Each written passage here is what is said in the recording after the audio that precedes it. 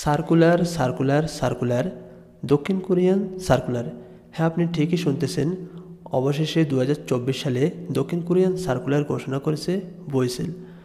অর্থাৎ আপনি যদি 2024 সালে দক্ষিণ কোরিয়ান সরাসরি যে ভাষা পারদর্শী বা লটারি সার্কুলার রয়েছে, এর যেটিতে আপনি আবেদন করেন না কেন, আবেদন করার জন্য আপনাকে বেশ কিছু শর্ত সাপেক্ষে আবেদন করতে হবে।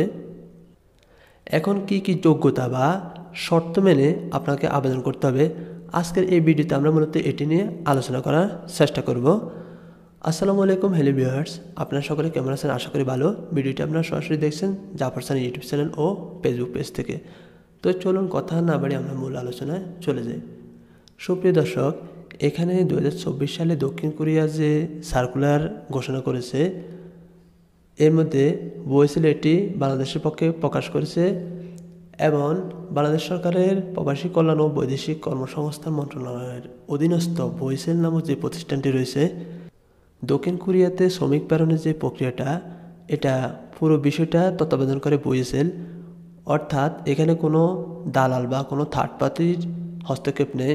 সরাসরি গভর্নমেন্ট টু গভর্নমেন্টের পক্ষে বাংলাদেশের পক্ষে বৈসেল কাজ করে, অপরদিকে দক্ষিণ কোরিয়ার পক্ষে এইচআইডি কোরিয়া কাজ করে। এবং তারই পরিপ্রেক্ষিতে এই বৈসেল গতকালকে এই যে 2024 সালের যে নতুন সার্কুলার এটি ঘোষণা করেছে। সুপ্রিয় দর্শক, 2024 সালে দক্ষিণ কোরিয়াতে মোট 4টি সেক্টরে বাংলাদেশ থেকে শ্রমিক আনা হবে এবং এই 4টি সেক্টর সম্পর্কে আমি আমার পূর্বের ভিডিওতে আলোচনা করেছি। তো এই 4টি সেক্টরের মধ্যে প্রথমত রয়েছে ম্যানুফ্যাকচারিং খাত, যে খাতে সর্বোচ্চ সংখ্যক শ্রমিক আনা হবে। এটি 2008 সাল থেকে শ্রমিক আনার প্রক্রিয়াটা শুরু হয়েছে এই খাতে। আর পরবর্তীতে 2022 সাল থেকে নতুন করে আনা হয়েছে শিপ বিল্ডিং খাতে, অর্থাৎ জাহাজ নির্মাণ শিল্পে। আর এখন এই যে এখন 2024 সাল চলতেছে, এই 24 সালে এখন যে সার্কুলার আমাদের হাতের নাগালে, অর্থাৎ 2-1 দিনের মধ্যে আমরা চূড়ান্ত সার্কুলার বৈসেল কর্তৃক ঘোষিত হবে। এখানে মূলত আরও 2টি খাত যোগ হয়েছে, একটা হলো মৎস্য আর একটা হলো কনস্ট্রাকশন। এই 4টি খাতে মোট শ্রমিক আনা হবে। সুপ্রিয় দর্শক, বৈসেল কর্তৃক গতকালকে যে সার্কুলারটি প্রকাশ করেছে বা ঘোষণা করেছে, এটা বাংলাদেশের জন্য একটা রেকর্ড সংখ্যক সার্কুলার হতে যাচ্ছে। কারণ বাংলাদেশের অতীত ইতিহাসে কখনো এত বড় পরিমাণ সার্কুলার বা এত বিশাল কোটার রেকর্ড পরিমাণ সার্কুলার অতীতে আর কখনো প্রকাশ পায়নি বা ঘোষণা হয়নি।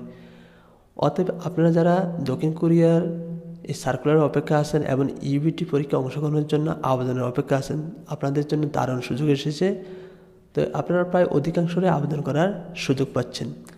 এখন এই যে আপনারা দক্ষিণ কোরিয়া সার্কুলারে যে আবেদন করবেন ইউবিটি পরীক্ষার জন্য, এখানে 2টি স্টেপে আবেদন করতে হবে।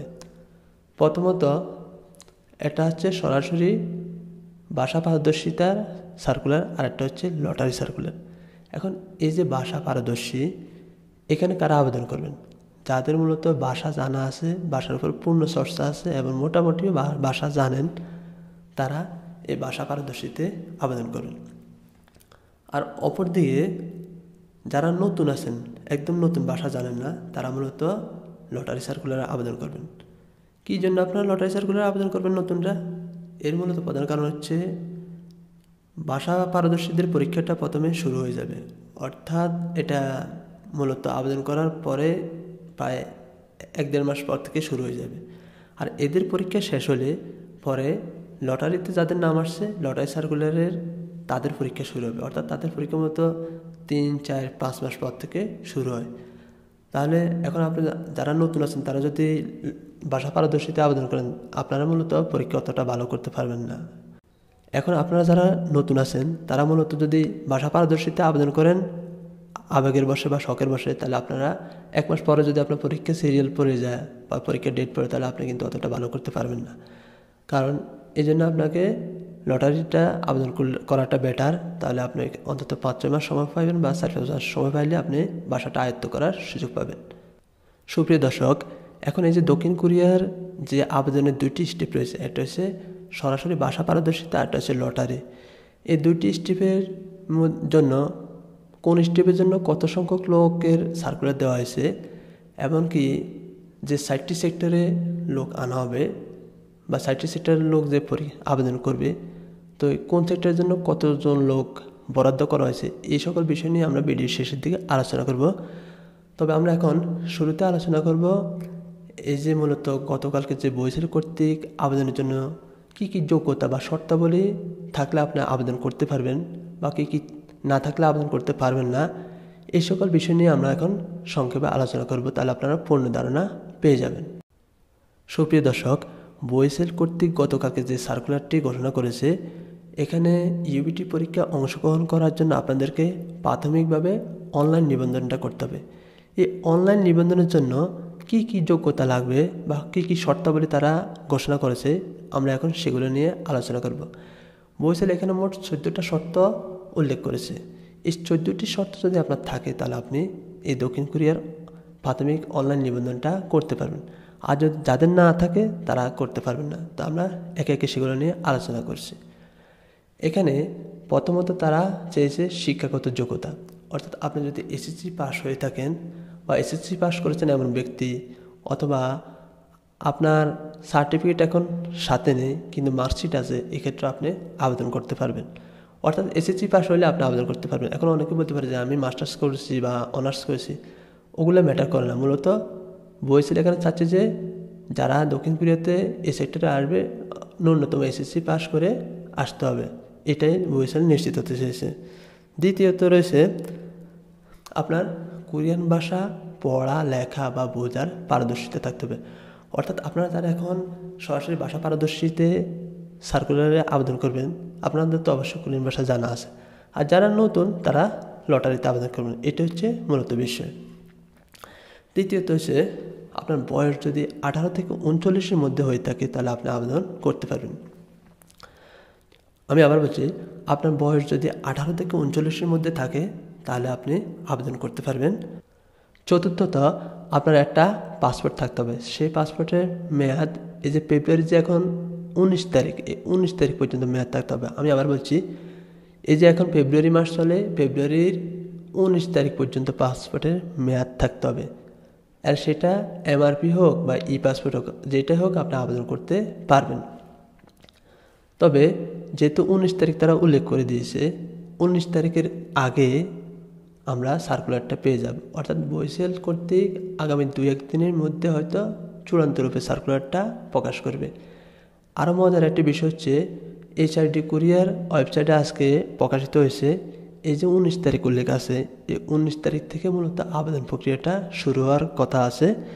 তো এখানে প্রাথমিকভাবে যারা সরাসরি ভাষা পারদর্শিতা আবেদন করবেন তাদের হয়তো আবেদন প্রক্রিয়াটা প্রথম দিকে হবে, হয়তো 3-4 দিন সময় দিতে পারে।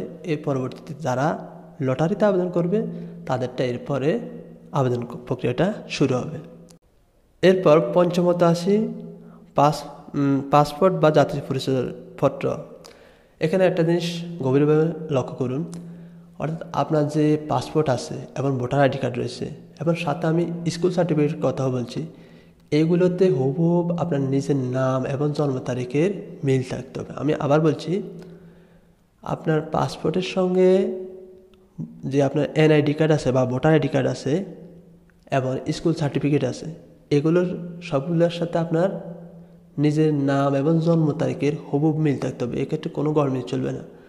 তবে পিতামাতার নামের ক্ষেত্রে আংশিক পরিবর্তন গ্রহণযোগ্য। কীরকম? অর্থাৎ আপনার পিতার নামের ক্ষেত্রে বা মাতার নামের ক্ষেত্রে যদি 2-1 অক্ষরের যদি ভুল ত্রুটি থাকে এটা চলবে, বা পাসপোর্টের যে ঠিকানাযুক্ত পেজ রয়েছে ওইখানে যে ঠিকানা উল্লেখ আছে ওইটা যদি বানানে বা আংশিক গরমিল থাকে এটা ম্যাটার করে না। তবে সবসময় খেয়াল রাখবেন আপনার পাসপোর্টের যে জন্ম তারিখ এবং নিজের নাম রয়েছে এগুলো যেন ও সার্টিফিকেট এবং এনআইডির সাথে হুবহুব মিল থাকে। চতুর্থত 3D। এখানে মূলত ডিফিকাল্ট, ডার্টি অ্যান্ড ডেঞ্জারাস। অর্থাৎ দক্ষিণ কোরিয়াতে প্রত্যেকটা সেক্টরের কাজে পরিশ্রমের, সেটা হোক ম্যানুফ্যাকচারিং, এই যে আমি 4টি খাত নিয়ে আলোচনা করেছি, যে খাতে আপনি যান এখানে মূলত সব কাজে রিস্কলি, পরিশ্রমী এবং হার্ডওয়ার্কিং করতে হবে। আমার চ্যানেলে মূলত মৎস্য এবং কনস্ট্রাকশনের উপরে 5-6 দিন আগে একটা ভিডিও আপলোড করছি, আপনারা দয়া করে ওটা দেখলে বিস্তারিত ধারণা পেয়ে যাবেন।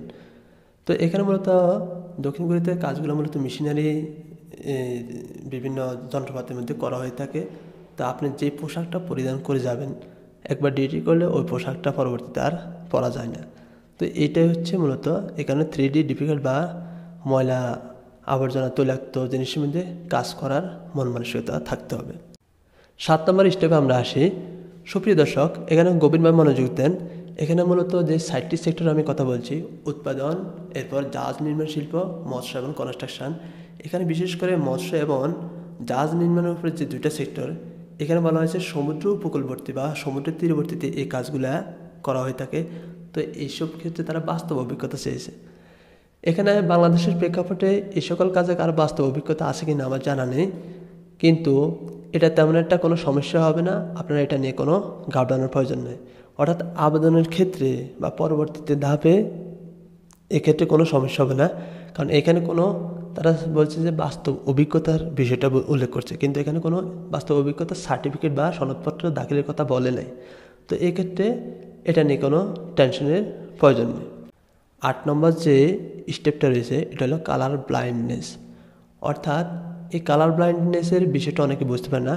এটা হচ্ছে কোনো একটা নির্দিষ্ট রং বুঝতে না পারা। অর্থাৎ যারা এখানে 4-5টা যদি রং থাকে, লাল, নীল, বেগুন, হলুদ, এই 5-6 ধরনের রং থাকলে যার কালার ব্লাইন্ডের সমস্যা আছে বা চোখের রেটিনাগত সমস্যা আছে, সে মূলত যে কোনো লালকে অন্য কালারে দেখবে বা সবুজকে অন্য ধরনের কালারে দেখবে। অর্থাৎ রং শনাক্ত করা তার সক্ষমতা নেই, এটা জন্মগতভাবে, প্রকৃতিগতভাবে। তো এটা হচ্ছে রেটিনাগত সমস্যা। তো যাদের এরকম সমস্যা আছে তারা দক্ষিণ কোরিয়ার জন্য শুরুতে বাদ পড়ে যাবেন বা তারা আবেদন করে লাভ নেই।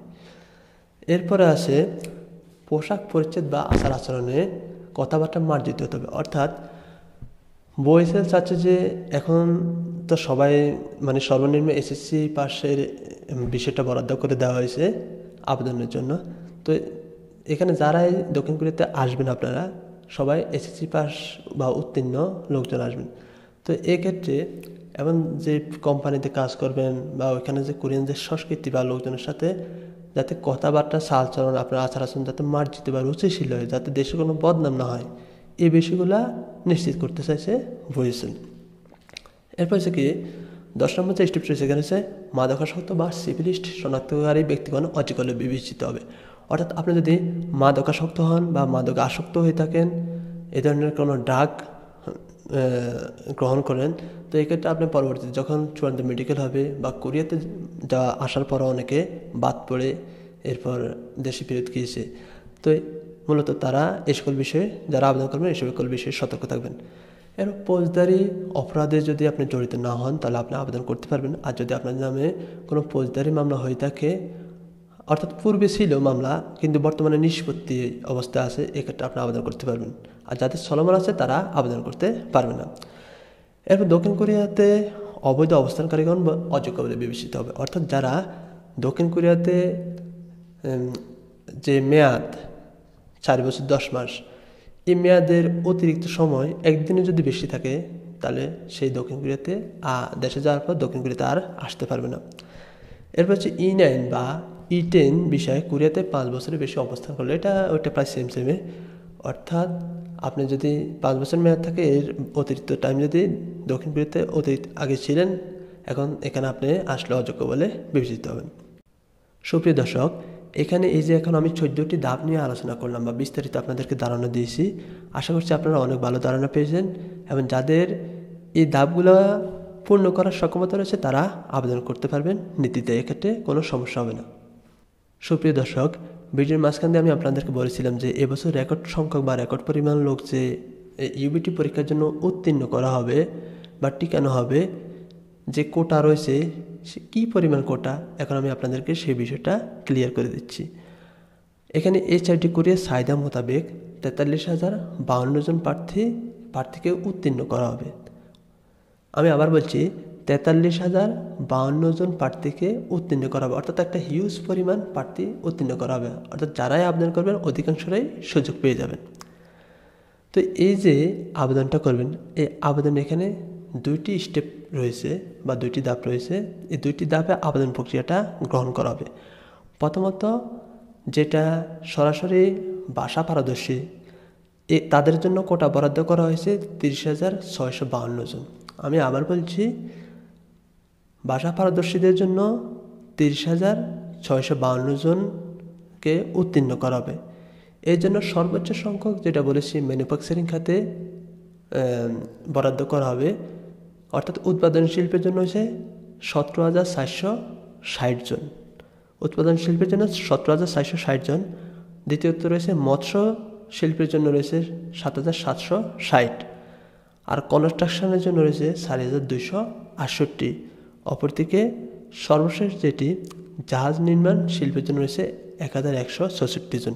এই মোট হচ্ছে এই 60টি সেক্টরে, যে 60টি সেক্টরের কথা বলেছি, এই 60টি সেক্টরে মোট 30,652 জনকে উত্তীর্ণ করা হবে। এর পরবর্তীতে বাকি যে রয়েছে 43,052 জনের মধ্যে কেবল 30,652 জন গিয়েছে। আরও বাকি যে 12,400 জন, এদেরকে লটারির জন্য উত্তীর্ণ করা হবে। তবে এখানে একটি বিষয় আপনারা জেনে রাখুন, এখানে চূড়ান্ত পরীক্ষার জন্য 12,400 জন লটারির জন্য উত্তীর্ণ করা হলো। এখানে তারা হয়তো 18,000 বা 20,000-এর মতো ওয়েটিং লিস্টে টোটালি রাখবে। তো এই ক্ষেত্রে যারা লটারিতে আবেদন করবেন তাদের জন্য ভালো সুযোগ আসছে। তো এই দুইটি সেক্টরে এই দুইটি ধাপে আবেদন পদ্ধতিটা গ্রহণ করা হবে। কয়টি ধাপে? দুইটি ধাপে। সুপ্রিয় দর্শক, এখানে একটি বিষয়ে সকলে সতর্ক থাকবেন। এখানে যে তারা বিজ্ঞপ্তিতে উল্লেখ আছে, এখানে এই যে দুইটি ধাপে আবেদন প্রক্রিয়াটা গ্রহণ করা হবে, এটা হচ্ছে ভাষা পারদর্শী, এটা হলো লটারি। তো যারা ভাষা পারদর্শীতে প্রথমে আবেদন করবেন তাদের আবেদন প্রক্রিয়াটা কিন্তু প্রথমে হয়ে যাবে 3-4 দিনের মধ্যে। এরপরে ভাষা লটারি সার্কুলার যারা আবেদন করবে তাদের প্রক্রিয়াটা শুরু হবে। তো এখন কেউ যদি ভাষা পারদর্শীতে আবেদন করেন, পরবর্তীতে সে যদি আবার বলেন না আমি এর পরবর্তীতে লটারি সার্কুলারে আবেদন করব, তো এক্ষেত্রে তার আবেদন প্রক্রিয়াটা ফুল বাতিল হয়ে যাবে। তো এই কাজটা কেউ করবেন না, অর্থাৎ দুইটি ধাপের যে কোনো একটিতে আপনি আবেদন করতে পারবেন।